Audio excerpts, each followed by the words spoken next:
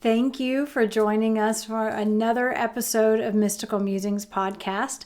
And this third part of our three-part conversation around spirit attachments. To get us started today, I will replay a consecrating and clearing song to create a nice sacred space for us as we continue the conversation right where we left off last week. Enjoy.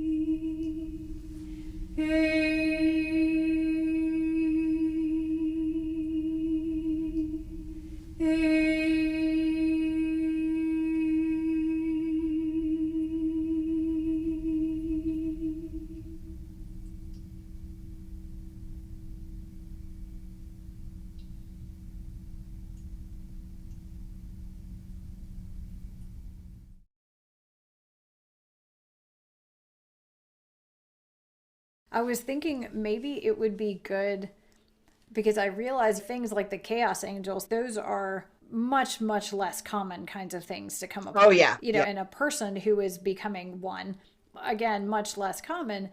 the common things just in a regular daily life. For example, my experience and my understanding and the understanding of the people that tend to also be teaching this kind of holy fire work is that unless we've done a fair amount of this clearing, we're all kind of carrying around a whole bunch of baggage of energies and collections of various versions of these things, from the ones that I called like the guardians to just sort of lost souls that happen to be confused as to where they are and are holding on and just kind of feeding off of our light, to lots of the different bits of kind of like the fragment kinds of energies that we're picking up.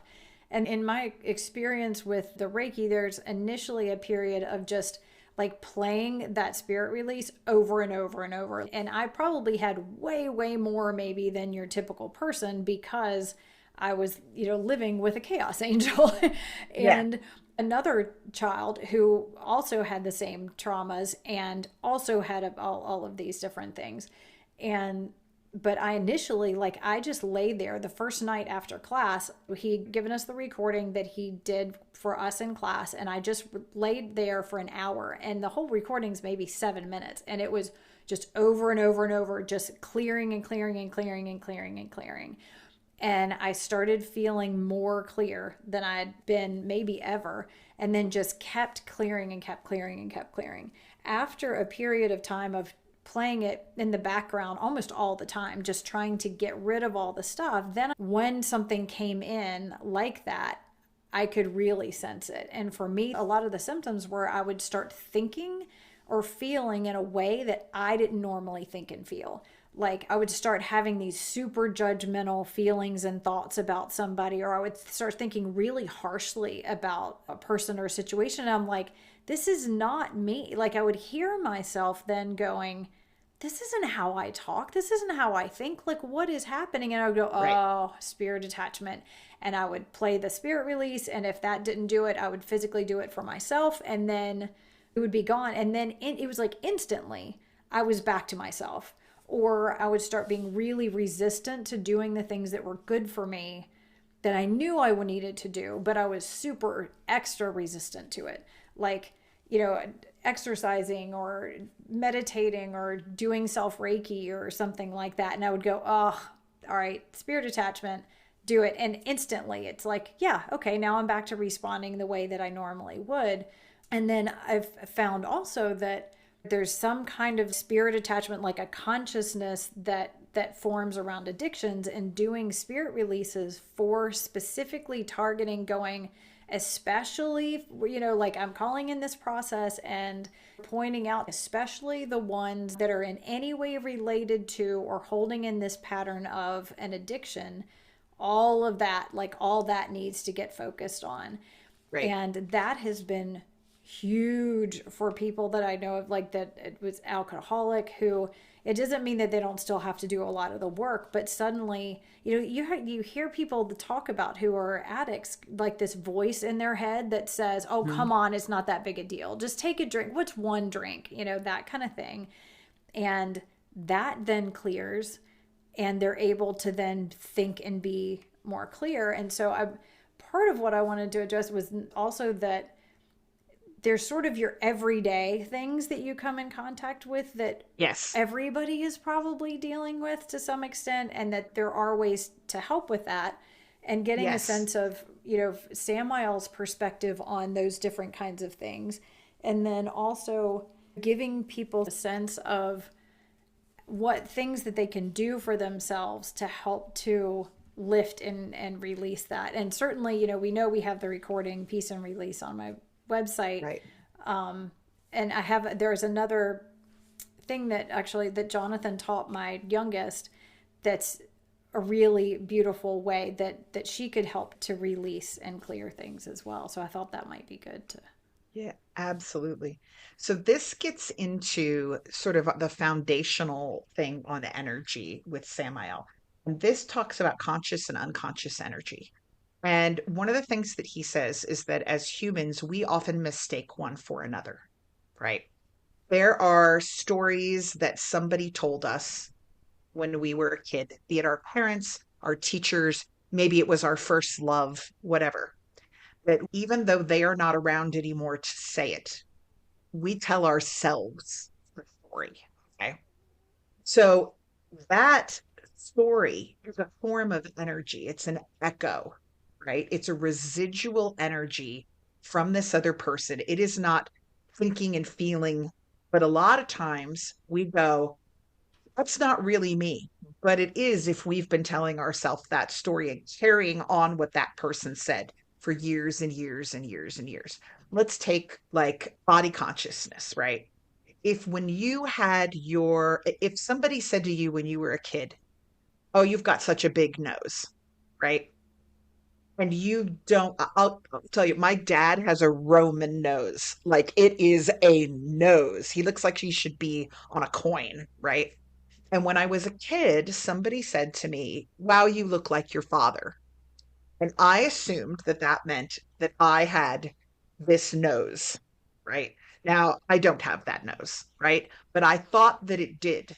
And I grew up telling myself the story that I had an enormous nose, And right? just even the idea that that's a bad thing. Right. Yeah. Yeah, And just all the which stories that had led to the fact that you felt like, oh my gosh, that would be a bad thing. It's its Well, and own I thing. also think my dad has a very sort of Roman masculine profile. And when you're a pre-teenage girl, you might not want to have that face, Yeah. right? That's, and so I was very self-conscious for a long time. Now, that person said that once. I don't even remember who it was. Then I kept telling myself that this was what I looked like even when empirically, and I look in the mirror every day, that is not what I look like. I look like him in that we have the same hair and eye color and some of the same facial structure, but not in the nose. So sometimes you have stories that you carry along with you. And even if you think you've dropped them, you've been telling them yourself them for so many years that you are carrying. This energy is not a conscious thing working against you. It is part, though, of your energetic makeup right now, right? So we all have unconscious energy that we are dealing with. A lot of our impulses and addictions, particularly when we're tired or feeling insecure, may often be stories that we have now told ourselves, oh, I'm addicted to X. And we get very comfortable in who we are, even if it's not necessarily who we want to be. Humans are very resistant to change, right? So there's some energies that are affecting us that are residual energies from other people's words, other relationships, things we thought or felt at a certain time, trauma, right?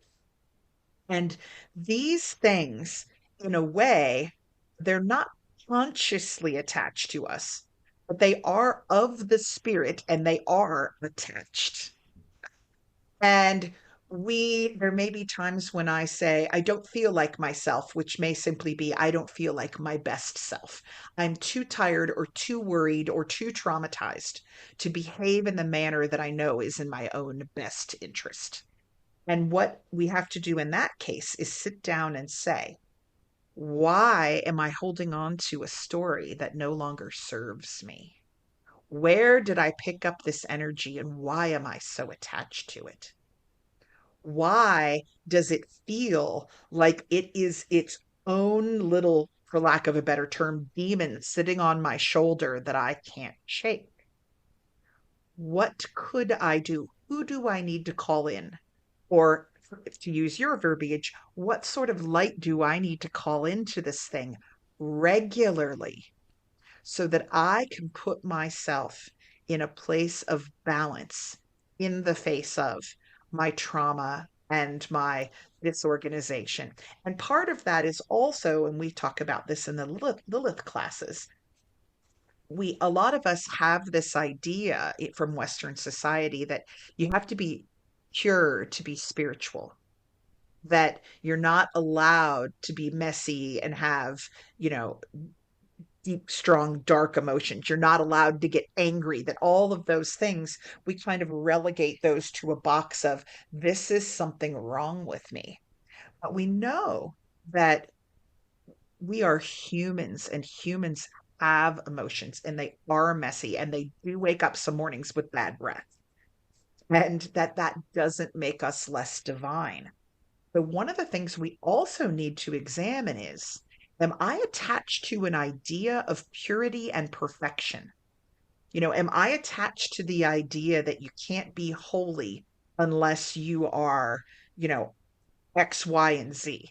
If you look at just about any spiritual tradition on earth, we're not supposed to curse, or we're supposed to only eat certain foods, or we're supposed to abstain, abstain, abstain, and we have this idea of, I've fallen off the horse, I've fallen off the wagon, I am now impure. Purity doesn't exist for humans. Anybody who tells you they're pure is hiding something and trying to set themselves above you. They just are, right? Because they're not acknowledging the fact that they are a human being. And so this is why Samael is not excited about the concept of original sin, right? Because sin is, you go to church to, as a Catholic, when as a kid, you went to church to go to confession to atone for your sins so that you could somehow have your little bar be moved more into the purity area, right? So we have to look, that's a particular type of what you would probably call spirit attachment, but it's our own attachment to an idea or an ideal that doesn't actually serve and isn't actually real. Now, you also have conscious spirit attachments. And this is generally when there is a spirit that wants something from you. Now, they may want it for good. This may be an ancestor that comes back to visit, that's just checking in on you, but would like your time and attention. It might also be something that has a very strong message to deliver to someone else and gets really rude and bumps into your body and delivers it without knocking on the door and asking first. In this case, we're dealing with an idea of sovereignty. Even though you don't own the land, because land doesn't belong to anybody, your family is in your house right now, and you have a reasonable expectation that you should be allowed to live in peace and do your spiritual work and be with your family. The spirits expect that they're allowed to do their spiritual work, so you're allowed to ask for that equally. So, one of the things that I do, for example, I was driving down the road near the inn the other day, and there is a cemetery near it. And I know that sometimes spirits like rides and they like company. And so as I approached the cemetery, I said, "Hello, everyone. If anybody would like a ride or just to come around in the back seat of a Jeep for a while, you are most welcome. But you may not distract me. You may not enter my personal space, and you may not take over my body for your own purposes. Should you have the energetic makeup where you can do that?" And we can have a conversation. And the whole rest of the way down the road, I chatted and told them what year we were in and what was going on and talked about the weather. Anybody who might have been around got a lovely little interaction and acknowledgement of their existence. They were not allowed to infringe on my sovereignty because they would not want me to infringe on theirs. So if you have something that is leeching energy off of you, first thing that I try to do, like I talk about, I have this little lovely haunted doll guidebook that goes out with my spirit communication dolls. And in the book, it says, if you are holding a doll that has an entity visiting it, and that entity attempts to harm you or touch you in any way that you did not invite, you put the doll down, you back up, and you say, you have crossed a boundary. I am sovereign in this space right now. I am the living being in this space right around me. You are welcome to be in other parts of the house. You are welcome to be out in the yard. You may not touch me unless I invite it. But then what I do is I say to them, there may also be a misunderstanding. You might have a spirit that is lonely, hungry, something along those lines, give them the Snickers. So in the little book, there's actually a link to Omni. Well, it's not a book, it tells you. It says uh, that if a spirit is physically hurting you, put down the doll immediately and announce that you are unhappy with the exchange. Play music to feed and soothe the spirits energetically in case there was a misunderstanding. And you're welcome to smoke cleanse your room, yourself, and the doll. So you are creating a sacred home, energetic space. You're not driving anybody out, but you are saying, no, good day to you, sir. Right. And then coming back later and seeing, and it says, um, then you're going to immerse yourself in water, such as taking a shower, which will help to balance your energy. And it says, if you wouldn't tolerate a behavior from the living, don't tolerate it from the dead. So in your house, those spirits coming back to visit know that you pay a mortgage and you're doing work there. And they're coming back to visit, maybe to offer guidance, but a lot of times they're coming for company. Or they might be coming to visit you because they know that you can bring through energy to others. And they might want to touch the divine a little bit during their work, get a Snickers bar, what have you. Um, feel like we're both running rest stops on the energetic highway, right? They're getting a Cheeto. But you have a reasonable expectation that if they want to live peacefully on that mountaintop, you should be allowed to as well. So if you have a spirit that is dragging you down and they are consciously doing it for their own benefit, tell them this is not okay. You need to get the heck out of here. And if you don't, I'm opening up an energetic gate and inviting Michael to come take a look. I do that all the time with Samael. If you are going to infringe on my sovereignty and my space, guess who I have as backup? Would you like a visit from an angel of death? Right? So again, we're just looking at sort of that sovereignty. And that's one of the things we talk about in the classes. When you encounter an energy, say you look up and there's something walking through your house.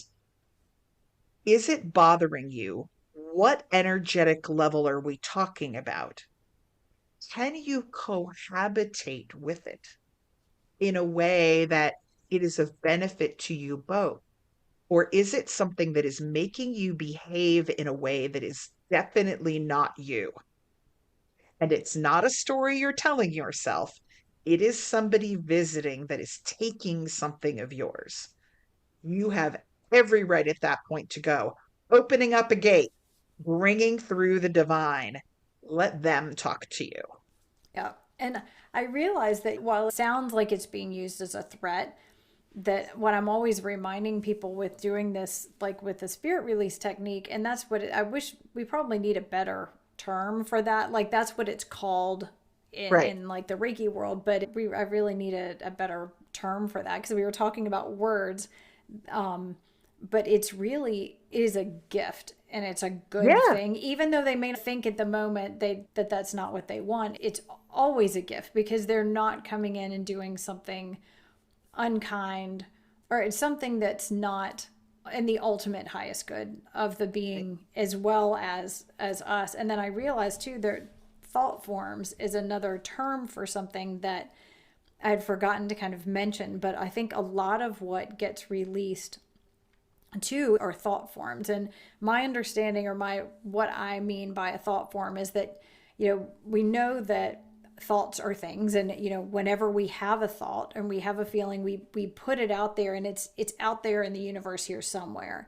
And when lots of people, either when there's a thought that is had repeatedly, or a strong emotion like fear or anger or sadness or revenge or regret or whatever it is, because like attracts like, what tends to happen in my understanding is that we put out all of these individual things, but the more that we do it, it's like they start to sort of coalesce Yeah. and grow and then attract more and more of them. And there can be places that, and so like just even in your house, if there's been a lot of grief or a lot of anger or something, it can be good to smoke cleanse or energetically cleanse in some way to break all of that up and Yep. help it to move on. Or I use Reiki to help to transform and transmute the energies. But the sometimes those thought forms are what gets stuck. And it's such a big thought form that it feels like it has a greater level of consciousness than, because it's a big one. And that, I think, a lot of times when I recognize that I'm starting to think or feel or talk where it's like I hear a word that I'm like, this just isn't mine, like this isn't my own issues coming up to be dealt with, this is literally not mine. And I think the more I get clear and the more time I spend clear, the more I can recognize this is my stuff that's coming up to be dealt with. And this is something that's not that I picked up from somewhere else or that's been floating around. And sometimes it's because, maybe I'm on that level of vibration for a period of time. And so it's like I go down to the second floor and it's like, whoa, I picked up some, I've got a lot of stuff from being down here. But the Right. thought forms seem to be one of the things too that release in that of like, letting go of those kind of collected thoughts. Like there was a story about somebody going over a bridge and that she drove over this bridge all the time. And I may have told this story before, but A good one. Go for it. yeah, I feel like it really exemplifies the thought form kind of thing. If this woman commuted across this bridge all the time, narrow, kind of tall bridge, and it never bothered her, always fine. And then all of a sudden one day she's driving across it and she just gets terrified and has all of these terrifying thoughts about, what if I drive off the bridge? What if the wind blows? What if this? What if that? And just is terrified, white knuckling it across the bridge, and was like, what is going on? Why am I suddenly terrified to go across this? And what she ended up realizing was that her energy was lower in that point. She had, from whatever was happening, it was like her defenses were a little lower, or maybe her aura was kind of more collapsed from the level of vibration that she was on. And so many people are terrified of going across a bridge and are driving across it white knuckled that bridge just had sort of this massive thought form that had formed that was all the people's Yes. fears of driving across that bridge. And so she tapped into that, and all of a sudden she was feeling all of those feelings that were not hers, but she felt them. And that's kind of what I tend to feel a lot of times with the thought forms or the, that come in, where all of a sudden it's like, whoa, this is me. And there's a lot of that, like with COVID, there was so much fear involved that I Yes. feel Yeah. like that has developed so many huge thought forms, and so many people talk about just feeling and picking up on the just waves of fear of the collective conscious has now, that's kind of floating around there in mass. And a lot of people who are really sensitive or really empathic can feel that, and they start feeling the collective fear of society or the Yep. collective sadness or the collective anger. And if you can't sort out, this is not mine, I am Right. touching into that and have a way of helping to clear that to the point that you can find who you are and be clear in that. It can be really difficult because then you start identifying with that and thinking, oh my gosh, I have all this fear, or I have all this anger, when it's really the tapping into the collective energies of others. Exactly. And if you're an empath, you're tapping into other people's energies all the time. You pick up on all of that. So, yeah, I think all of this is right on, is that, you know, the first step is to figure out, where is this coming from? And, am I picking up on something? Am I echoing something that was there? And residual energy is no joke. At the beginning of class the other day, we were talking about how residual energy feels and how it's very different to walk into, say, a Target where everything is mass produced and just came off, probably hasn't really been touched by a human much, versus walking into a thrift store.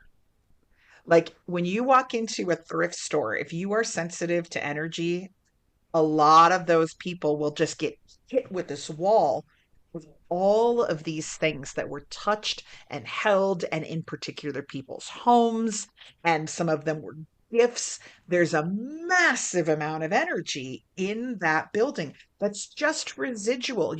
Nobody sat there and said, I'm really going to put my intention into this necessarily. There might be a few things like that, but just from the clothes that people wore.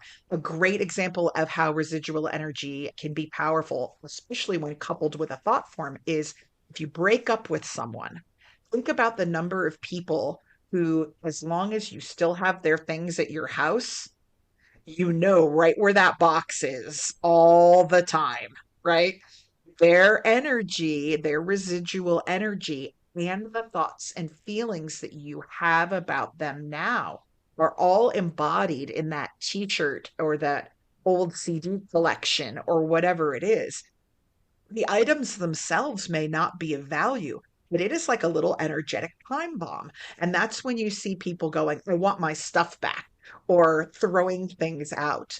Um, you see sort of almost a modern version of that where people block each other on social media after a break, right? They can't stand to look at the person's picture coming up on their feed and be reminded of how the relationship failed, right? And photographs carry a tremendous amount of energy because there's a person's likeness there. So when we're looking at all of these things, just because something is a residual energy doesn't mean it isn't strong. It doesn't mean it isn't triggering. You know, you can go to a battlefield and think about all the people who died there, who were in pain there, who lost their lives. A lot of people experience seeing entities walking by on battlefields.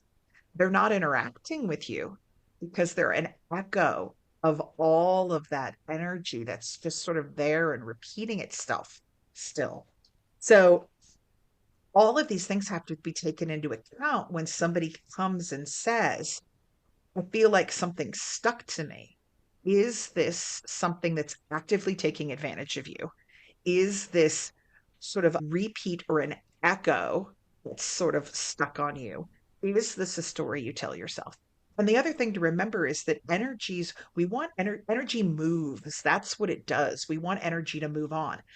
Even when we're talking about unethical demonic practitioners, you notice on that episode, that 10 steps to sovereignty with Samael and Lilith, no point in there when Samael was talking did he say he's exterminating something or abusing it. He wanted it to move on, right? The only thing you're doing is saying, you're trying to take advantage of me, move on. Because the hope is that that entity that is making poor choices now will move on and get to a place where over time it can make the choices and learn the things that it needs to do and do the work that it needs to do. Get to a point where it can be balanced and it's ready to go back and become part of part of the all in a more full way. He is wanting the things to move, to not sit and fester. And I think the other thing that comes into play with this is that we have to remember that there's more than two spaces. There's not here and heaven, there's not here and the light. There are so many places that we cannot fathom. And we've created energetic platforms ourselves. We do that with the power of story. Lord knows how many different ones you've been to when you time slip and work with different entities and all of these things. Is that just because a spirit is attached to you, it might just be in the wrong place at the wrong time and it's looking for the wrong things. So say it's time for you to go on. I'm sovereign right here, and your work it's hurting me right now. It's time for you to move on. And then we open up and we say, and maybe we'll be lucky and they'll go, you know what? I think I'm kind of finished here. I think I'm good. I think I'm ready for the next step, the next phase. And off they go. Or they say, oh, you know what? I have been stuck here for a while. I got overly attached to you because of something that I'm overly attached to in myself. Let me move on. And so we're creating this opportunity. But if something is actually hurting you because it's so hurt itself or so hungry itself that it doesn't know what else to do, we invite it to move on. And if it refuses, then we say, I have the ability to open up the gate. I have the ability to play music. I have the ability to turn an angel's attention in your direction. You now get to decide what you're going to do with that. Are you going to have the Snickers and go on a walk with Michael? Are you going to have the Snickers and say, no, thanks, I'm moving on my own, my journey continues? Or are you going to go, oh, you know what? I was kind of here for easy pickings. Let me just go on my way. And for me, I pretty much just go straight to, like, I don't say I have the ability to do this and I'm going to. I just go ahead and go, okay, turning on the Reiki, changing the vibration of the space. Michael, let's take a look and see what we need to do, or depending on who it is. But I always call in Michael for everything anyway. Yeah. But yeah, I kind of skip that middle step and just go, because I feel like he's not going to do anything unethical or not No, in the no. most loving thing anyway. So I just go Yeah. straight with okay. I'm All calling right, this in. Michael, let's like check this out. I'm going to hand this over and you guys can sort out what needs to happen and how. And Yeah, and I think that just is a little bit in the way that our work slightly differs, is you are teaching and dealing with a lot of people who are coming to you and saying, I need this, and they're already in the space of reception.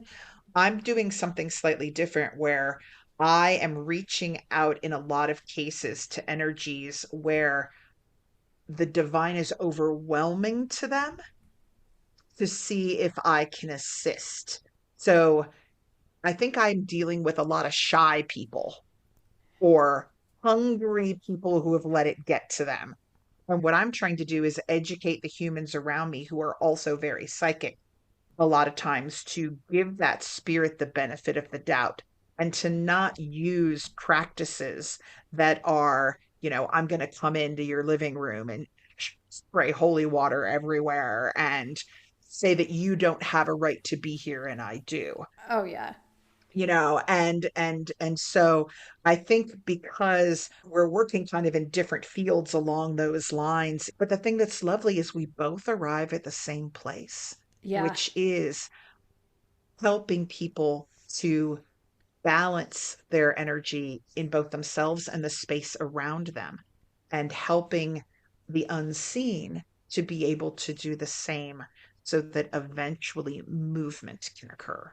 Yeah, and I was thinking, I think something that's really beautiful too is that both of our approaches are grounded in the same thing, which is not approaching whether we're calling them spirit attachments or the locked ghosts or whatever the various things Mhm. are, we're not approaching them from a space of fear, and we're doing it from a place of love. Like all of it is from a place of love and caring and honoring and respecting. And from that place, it's simply a matter of what is the most aligned thing to do in this Right. situation. But I love, because I teach, what you're teaching is very much, we don't need to be afraid of 99% of the things that we're coming across. And even then, we just need to be able to know when to step back and call in additional help and what needs to happen. And a lot of the work that I do, especially in the part of the class where we talk about the spirit attachments, is help to get people to not be so afraid of it, because there's Yes. so much fear. And I don't blame it. I mean, I was terrified by these things for a long, long time and still have things that come up that scare me. But so much of it is in helping people to dispel the fear and see it as just other souls who deserve love and need it, and coming at it from that aspect of doing what is the most loving and the most aligned for everybody from a position of allowing it to happen. And from, being the practitioner in it, we really fully step out of the way and just create the space. I always talk about it as it's more like we're being like an event planner where it's like, okay, I'm going to set up the space. We're going to call in, we're going to send out the invitations. We're going to get everybody here together. And then I'm going to back out of the way. It's like, bring in the energy. I set the space. I'm flowing the energy. I'm calling in the beings that are going to help, and I'm setting those up with or kind of like matchmaker, like setting those up with the beings that need it, and then I'm just going to get out of the way and let the event take place. Right. I loved the other day on one of our Marcos, you said that I was like an animal shelter for the unembodied. And I laughed so hard because that really is what it is like, here's sort of this dog that other people have deemed unadoptable and it's having trouble getting out of its situation on its own. Let's take it in and remind it that it is cute and wonderful and give it a bath and expose it to some training and some good food and a place where it can feel safe. And then getting it into a situation where it can be more of itself in its original divine dogness. And And this I was in that is regards to exactly what it the is. dolls, by the way, not bringing them Oh, the into herself, dolls. because I realized so much No, of no, this we no. were talking about bringing into ourselves. This was all the dolls that she's This was the collecting from doll stuff. the thrift stores, and then tending to their needs and adopting out the ones that are in a more balanced state and good to work with. And It was so neat. I took 11 dolls to the inn the other day for the spirit class, and I was like, okay, if there's anybody here who is not into dolls, and everybody there was like, we're literally in a haunted house, bring it. It was really great. But there's this one, she's actually over here to my left, and she has this phenomenon that's been going on for a couple of weeks now.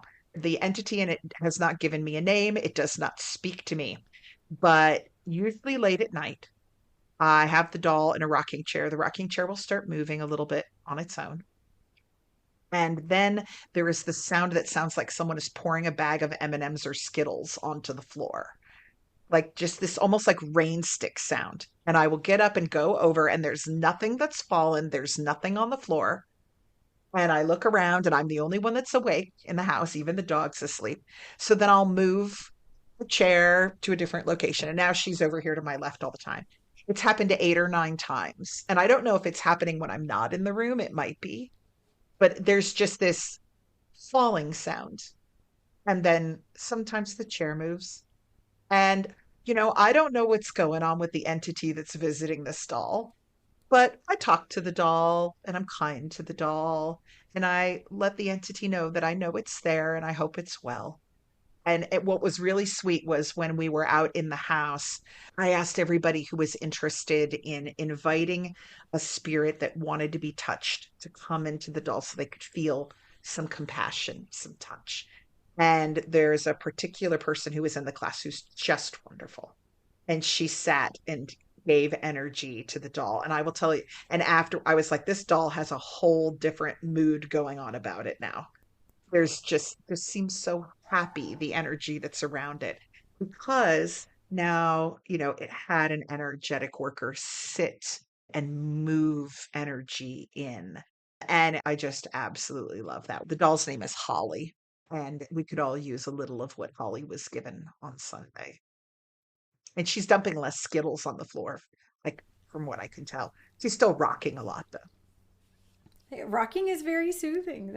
Rocking is very soothing. That's a good thing. Well, my goodness, we have talked for 3.5 hours, I I think. knew this was going to be 2 episodes. Yeah. Oh, I am so glad that you asked that question. And I realized I don't know that we really sorted out all of the language things. I got a No, lot more language, and you know more about what it is that I mean. But now I'm thinking right. I'm really going to need to come up with some more, or maybe Samael has some good words for like what to call what I call the spirit release.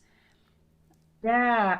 And it's so funny because he has sort of like 7 or 8 categories of, okay, you run into this energy. And he's giving me new ones all the time. Like he's like, okay, this is what a ness is. This is what his term for ancestor means when he talks about ancestors. This is conscious versus an unconscious energy. This is an echo. And he's got all these little terms. So maybe on a future podcast, I'll sit down and just say, these are some little flash terms that he's given. What is your equivalent? And that would be kind of fun. Because, yeah, like I hear you talk about spirit release all the time, but I was like, but what type, like, what is there a specific type of spirit that applies to? So now I have a little bit more of an understanding of what you Yeah. mean by that. And I Yeah, think really lots of different types of spirit and different types of yeah, energies that really aren't classified as a spirit, but that just right. sort of get lumped in with it, even like the thought forms. Yeah.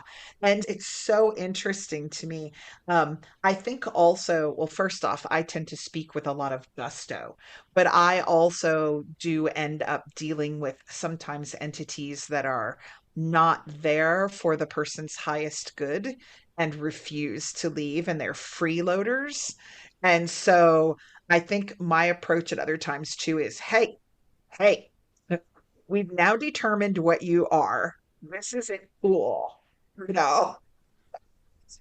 After we get them their Snickers, of course, but Yeah, and that's really that's kind of the same thing that happens sometimes in like sessions with a client where I'll become aware of something and I'm sending it light, I'm doing stuff and I'm like it doesn't it's just sort of stuck.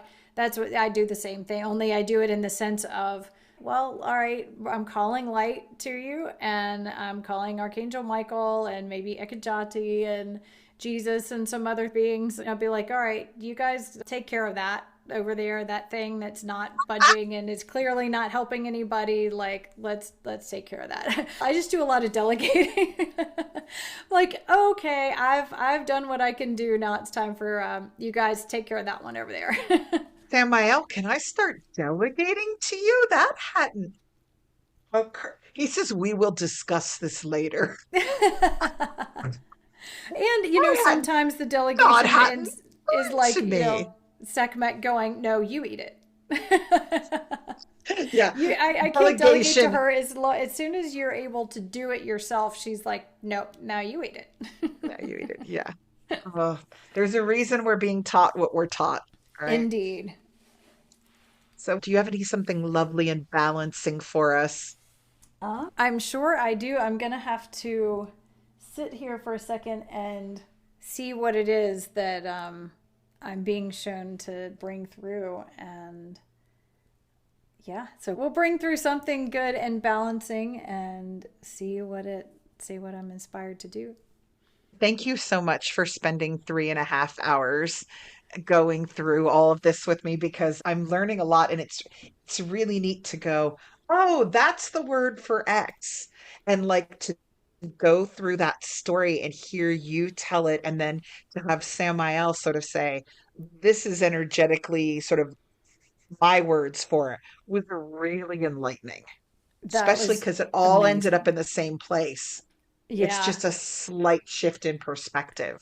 Yeah, that I really appreciate it. And I've been wanting to have this conversation for years, and it's funny because I realized that I think we almost had tried to have this conversation for a long time but couldn't, and I think it's because we weren't at the place to have like you weren't doing any of this work at that time. No, Like you didn't have no. any of this new vocabulary. All this stuff is just coming out to where I feel like it's like Yeah. just now that we've both gotten to the place where we have the level of understanding of it that we could have a much different conversation than we ever could have before.